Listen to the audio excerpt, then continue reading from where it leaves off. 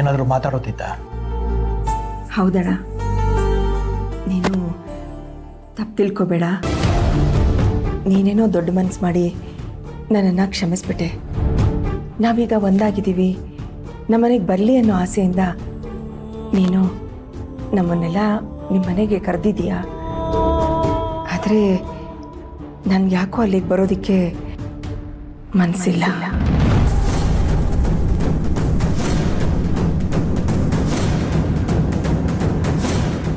ಯಾಕಮ್ಮ, ಏನಾಯ್ತು? ಮತ್ತೆ ನನ್ನಿಂದ ಏನಾದ್ರು ತಪ್ಪಾಯ್ತಾ? ಅಯ್ಯೋ, ನಿನ್ನಿಂದ ಅವತ್ತೂ ತಪ್ಪಾಗಿಲ್ಲ ಅಣ್ಣ, ಇವತ್ತು ತಪ್ಪಾಗಿಲ್ಲ. ತಿಳಿದೇನೋ ನನ್ನಿಂದಾನೇ ಅವತ್ತು ಎಲ್ಲ ತಪ್ಪು ನಡೆದಿದ್ದು.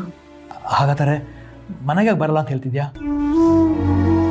ಅಣ್ಣ, ನಿನಗೆ ನೆನಪಿದ್ಯಾ, ನಾನು ನಮ್ಮ ಯಜಮಾನ್ರನ್ನ ಮದುವೆ ಮಾಡಿಕೊಂಡು ನಿಮ್ಮ ಮನೆಗೆ ಬಂದಾಗ ದೊಡ್ಡ ರಾದಂತಾಗಿ ನೀನು ನಮ್ಮನ್ನು ಮನೆಯಿಂದ ಹೊರಗೆ ಹಾಕಿದೆ.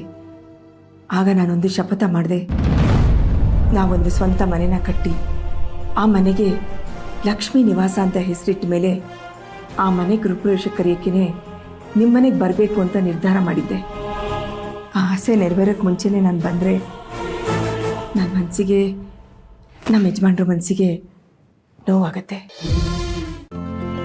ಇಂದೇ ಡೌನ್ಲೋಡ್ ಮಾಡಿ ಮತ್ತು ನಿಮ್ಮ ನೆಚ್ಚಿನ ಶೋಗಳನ್ನು ಆನಂದಿಸಿ.